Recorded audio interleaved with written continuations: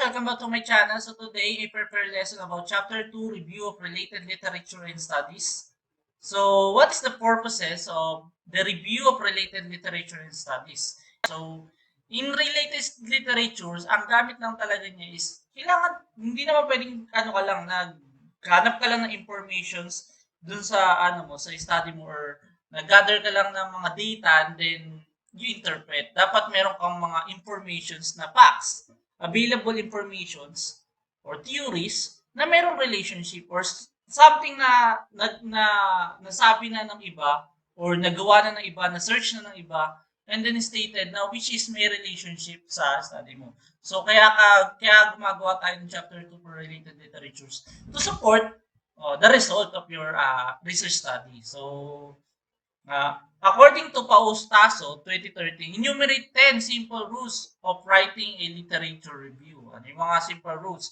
1. Define the topic and audience. So, depende tayo. Depende sa mga sa study ninyo. So, ito yung usually common. Kung ano yung topic mo, kung sino yung audience mo, dapat doon ka maghanap ng mga literatures. Okay? Next is search and research the literature. So, there are times kasi na masyadong old. Okay? Search and research the literature. Kung masyadong old yung information, di hanapin mo kung saan siya in-state. Okay? So, pwede naman kasi yun yung third person na in-state niya yung other na yun. So, kung anong year niya in-state yun, pwedeng ma-reborn yung literature itself. Next, take notes while reading. So, yun nga, siyempre, marami yan eh. Nag-gather ka ng information when you are doing research. Gathering ka ng information. So, habang nagbabasa ka, dapat take notes while you're reading. Kasi hindi dapat ikinakopy lang natin yung nakukuha natin literatures. Dapat siyempre meron din galing sa atin. At based dun sa understanding natin, dun sa literature na binabasa natin. Next is, choose the type of review you wish to write. So, meron different types of review kasi na pwede natin gamitin sa pag-write ng literature. So, next is keep the review focus but make it of a broad interest. Siyempre, hindi pwedeng nakapokus ka dun sa topic mo, pero siyempre, broad interest pa rin siya. Okay? Baka kasi sa sobrang focus mo doon sa nagiging bias na yung literature niya. Usually, ang ginagawa kasi ng mga nakikita ko doon sa nababasa ko sa research, chapter 2, halos talagang nakapatungkol lang siya dun sa kung anong gusto niya lumabas dun sa study niya. Siyempre, dapat pa rin, naka-broad ka pa rin. Saka at the same time, para at least nakikita mo rin yung other variables na hindi mo nabigyan ng focus dito. Basis din yung for giving recommendation eh. So, be critical and consistent, find a logical structure. Ayan, may na naman yun. Make use of feedback. Ayan, kung gumagamit kayo mga mahanap kayo mga dating studies o kaya yung mga literatures na merong suggestions, pwede yun i-state. Ayan. At least meron kayong yung feedback na yun. Baka sakali yung feedback na yun ay maggamit ninyo dun sa problems dun sa mismong study at pwede nyo siyang i-support. Okay? Kasi ang paggawa purpose nga, di ba, ng review of related literatures and studies, kailangan, lahat ng kinukuha mo, hindi basta in-state mo lang yan sa chapter 2 para pumapal yung study mo. Dapat, pagdating mo ng chapter 4, usually dun siya ginagamit sa chapter 4, ini-explain mo siya. Okay? In-explain mo siya. Isinasite mo siya. According to, this literature, kung sino man yung nagsabi niyan, ini-state mo siya. Okay? Sinasabi mo siya. Hindi naman porket, doesn't mean na inuulit mo yung kinukuha mo dun eh. Ang sinasabi mo dun is, etong linagay ko sa chapter 2, it has something to do sa result ng study ko. Okay? Hindi siya basta props lang yun dun. Next, include your own relevant research. Kung meron kang sarili mong research, yun yung ginagawa ng other researchers. Meron na silang dating research, gusto nilang hindi pakinabangan yung other research, kumbaga parang gumawa ka ng dating research mo, meron kang questions doon na parang hindi siya nasagot. Okay, di ba meron kang recommendation na ito something na to do. Ba't di ikaw na yung gumawa ng another research para doon din? Tingnan mo, kunin mo yung relevant with your own relevant research. And then be up to date in your review of literatures and studies. So, yun nga, sinasabi ko nga, Yun doon sa search and research ngayon sa number 2. Meron kasi talaga na napakatanda. 'Di ba? Ay usually kasi nagbabago ang panahon, siyempre nagbabago rin yung applications ng mga bagay-bagay. So as much as possible ay up to date yung ginagamit mong study. Okay? So functions of review of literatures and studies. And una, to provide justification of the study, yun nga yung sinabi ko sa inyo, kailangan meron kang um, yung mga kinukuha mong studies can justify the result. Okay? Yun ang gamit ng chapter 2 eh. Kaya ka nga gumagawa ang naghahanap ng mga informations eh. Para pagdating mo na nag-gather ka na ng informations mo at meron ka ng interpretation at result doon, suporta mo siya. Maggawa ka, umanap ka ng justifications from doon sa chapter 2 na nag-explain din doon. Para at least maging strong yung result. Next, to identify gaps, problems, and needs of related studies. Okay? Siyempre, para ma-identify mo rin. Ano ba yung nangyari? Bakit? Ito lang yung informations na nakuha ko, pero iba yung sinasabi ng result. Gaps yun, problems yun. Okay? Next, ano pa? To provide rationale of the study as well as the reasons of conducting the study. Ba? Siyempre, di ba, there are times kasi na may nabasa tayo, kaya yung nagbigay ng dahilan kung bakit tayo nag-study. Literatures yun, studies yun, di ba? Pwede natin lagay yun doon. So kung lumabas sa result ay yun na rin, o di at least meron ka ngayong rationale. Kaya nga inaral ko yun dahil sabi niya eh. At which is proven. Yeah, yun. Next, to have basis that will be used to support findings of the study. Then, characteristics of material cited. Ano ba yung mga characteristic? Una, sabi ni Sarno, 2010, enumerate the different characteristics of the literatures and study to be cited in the present study. Ano ba yung mga yon? Una, the materials must be as recent as possible. Maybe 10 years back. Okay? So, at least 10 years. Usually, sa mga higher year, sa college or sa medyo pagka 10 years kasi medyo talagang matanda na yun. Ang talagang normal na kinukuha is 5 years old. Okay? So, pero as according to Sarno, pwede naman daw at least 10 years. Huwag na lang natin sigurong damihan. Kasi napakarami namang research eh. Bakit, kailangan mo lang sipagan sa paghahanap ng literatures and studies. Makikita ka ng mas maaga. Lalo na ngayon, na ang dali-dali mag-post sa Facebook. Ang daming site, ang daming OERs. Diba? Na pwede nating kuhaan. Okay?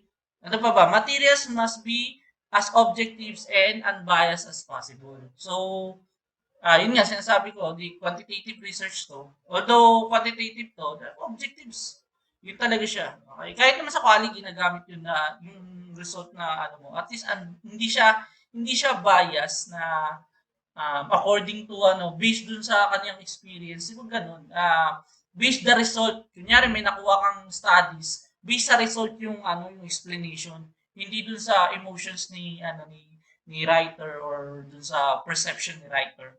Okay? Ano pa ba? Materials must be relevant to the study. Di ba? Siyempre, kumuha ka na hindi naman relevant. Dapat relevant. Next, coherent principle must be observed in writing literature's review. And then, so, kung gagamit ka ngayon ng reference, so, APA ang usual na talagang ginagamit ngayon na style ng pag-cite. Kasi kung mayroon kang magsa-cite ka ng isang person galing dun sa literature na binasa mo, meron different way. Depende kung book yung gamit mo o kaya ang gamit mo is um, studies o kaya galing sa internet, PDF, yung mga ganon. Iba-iba yun ng style ng pag-cite. Okay? APA yung gamit natin pero iba-iba siya ng sample. So, ito yung site na to. Lalagay ko na lang rin sa description below. Yan, dyan pwede kayo makakita ng mga suggested reference by type. Yan. O kaya pwede nyo i-search sa Google. Ito, type nyo lang yung APA examples of reference by type. Research ethics. So, itong dati natatandaan na kasi ito yung usual na common eh. Kasi pagka sa chapter 1, medyo may makikita ka ng mga copy paste, mga ganon. Then, pinaka-common sa chapter 2 eh. Okay? So, as mentioned by Cole in 2002, ethical writing is is a clear, accurate, fair, and honest. So dapat ano tayo, maging totoo lang tayo sa pag-search natin. Research ethics yun. Okay? Yung totoo lang tayo sa pag-search. Okay? So, basic principles of ethical practice yan in research siya. So, obtain informed consent from the participants. So, much better kung research study yan. Eh kung ano naman siya, kung personal research study yan, tanong nyo yung writer kung pwedeng gamitin. Pero kung naka-upload yan sa na open resource, okay lang yun, di ba? Kung nandun sa national, nasa library, pwede yun. Pero kung personal writings, yung literature, hingi kayo ng consent. Ano pa ba? There should be no pressure on individual to participate. Okay? Ethical practices yan. Ano ba? Respect individuals' autonomy and avoid causing harm. Maintain anonymity and confidentiality. Then, take particular care in research with vulnerable groups. Yan, mga dapat nating tandaan. Plagiarism. Ito yung pinaka-common na yan, it is the most widely recognized and one of the most serious violation of contract between the reader and the writer. Okay? So plagiarism is the using of someone else's words or ideas and passing them off as your own. So wag ganun. Kagaya niyan, according kay Rio 2002, sabihin niyo kung kanino niyo kinuha. Wala namang masama doon, di ba? I-mention natin sa kanila, ibigay natin yung credits. May mga ginagawa natin. Although nagsasalita ka pa lang, copy-paste, isa rin yun, ha? Sa Philippines, meron tayong tinatawag na Protecting the Intellectual Property in the Philippines. Meron tayong Intellectual Property Code of the Philippines. Republic Act number 8293. So, search nyo na lang kung gusto nyo makita yung the whole content ng intellectual property na yan. So, eto lang, meron lang siya, bigyan ko lang kayo ng konting idea. Under the law, original intellectual creation in the literary and artistic domain are copyrightable. This includes books, pamphlets, articles, and other writings, periodically and newspaper, lectures, sermons, addresses, dissertations, prepared for oral delivery, letter, dramatically or dramatic, musical composition, etc. So marami naman siya na pwede nating copyrightable naman sila. Pero hindi porket copyrightable sila, hindi mo siya i-mention. I-mention mo kung kanino galing. Hindi naman sa iyo yun eh. Ganyan. Merong masyadong malawak yung intellectual property na yan. Tingnan nyo sa internet, open yan. Okay? So, ano nga ba format in writing chapter 2? So, ito yung usual na common question eh. Madali lang naman kasi talaga mag-search eh. Diba? As long as kaya mo mag-cite ng APA style, and then paano mo ilalagay siya into reference, yun, kung alam mo yun, okay lang yun. Pero anong format?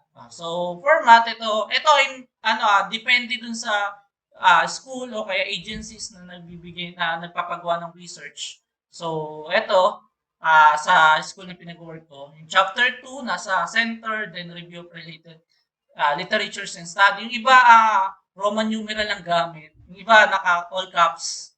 Okay. Minsan yung iba, ito hindi naka-bold. Meron sa amin naka-bold parehas, hindi naka-center. Depende na yon. Pero common, yan, nasa center yan. So, common din na may opening paragraph.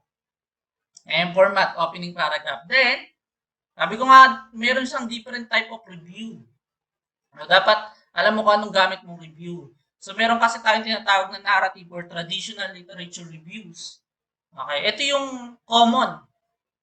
Common na nakikita ko Foreign literature, local literatures, magkakahiwalay, magkakabukod-bukod dyan. Kung meron ka nakuha ng foreign literatures, pagsasama-samahin mo doon. Okay? Then followed by local literatures, foreign studies, and then local studies. Ayan. Minsan ang ginagawa ay tigsa 10 foreign literature, 10 local literatures. Yan yung narrative or traditional literature reviews. Okay? So meron din tayong tinatawag naman na scoping reviews. Scoping reviews naman per variables yun. Okay? So yun sa mga shoutout dun sa mga estudyante ko ng research, ang gagamitin natin scoping reviews. Okay, per variables tayo. Kung ano yung variables, di para mas madali. Okay? Per variables, kung ano yung variable mo sa research mo, most especially dun sa SOP mo, yun na yung gamitin mo. Yun na yung magiging hahanap ka na ngayon ng mga related studies and literatures per variables. Let's say, meron kang about cognitive. Okay, cognitive isa sa mga variables mo. Di hanap ka lahat ng mga related studies, sama-sama na yan. Mapa foreign, mapa local, mapa studies, mapa literature siya. Basta all about cognitive, all about dun sa ano ba, variable mo, lagay mo siya doon. Kaya wala siyang ibang bilang. Ganun sa scoping reviews. Okay, as long as sa tingin mo suited na siya or magbibigay na siya ng justice. Yung iba kasi ang ginagawa, di nagiging ano lang sila, nagde-decide na sila na okay na yan. Then pagdating na ng chapter 4, parang hindi pa sila confident dun sa result, di nadagdagan. Pwede naman dagdagan eh. Nadagdagan as long as hindi pa tapos si research. Pwede naman dagdagan si chapter 2. Pero ang yun nga gagamitin natin sa mga sa mga students ko, scoping reviews tayo. Okay? So yun yung dalawang type ng reviews. So hindi pa tatapos yan dad. Dapat meron kang synthesis. Okay, doon sa last part, after mong ma-cite lahat ng mga yun, yung foreign, yung kung ano mang, yung lahat ng literatures mo, yung studies mo, okay? Sa dulo, meron kang synthesis. Ano nga ba yun? Research synthesis is the process of combining the results of multiple primary research studies aimed to testing the same conceptual hypothesis. Its general goals are to make the findings from multiple different studies more generalizable and applicable. Anong ibig sabihin nun? Lahat ng ginathered mo, sabihin mo dun sa synthesis. Okay? Anong gamit nila? Okay? Isa-isahin mo. Under cognitive variables, anong mga in-state mo doon? Sino-sino yung mga yon? Anong study yung mga yon? Tapos, in-generalize mo. Okay? Yung iba, maiksi lang. Tataka nga ako, maabot ng 20 pages yung chapter 2 niya, yung lahat ng mga literatures. Pagdating sa synthesis, mga 2 paragraph lang. Isa pa nga, 1 paragraph lang eh. Ayan. Di ba, ang dami mong sinhay, tapos yung synthesis mo maiksi. Dapat mahaba din yun kasi nga, ini-explain mo eh. Anong gamit niya. Siyempre, dyan, lagay mo rin dyan kung yung nasa SOP mo, gawin mo objective part siya. Paano siya masasagot? Anong connection nun nung nasa SOP mo dun sa mga kinathered mong informations? Okay? Yun yung last part for chapter 2. So, sa chapter 2, meron siyang separate na part, reference. Hindi siya sakop ni chapter 2. Pero kasi lahat ng mga, since nag-gather ka ng information, meron kang reference. Naka-APA style din yun.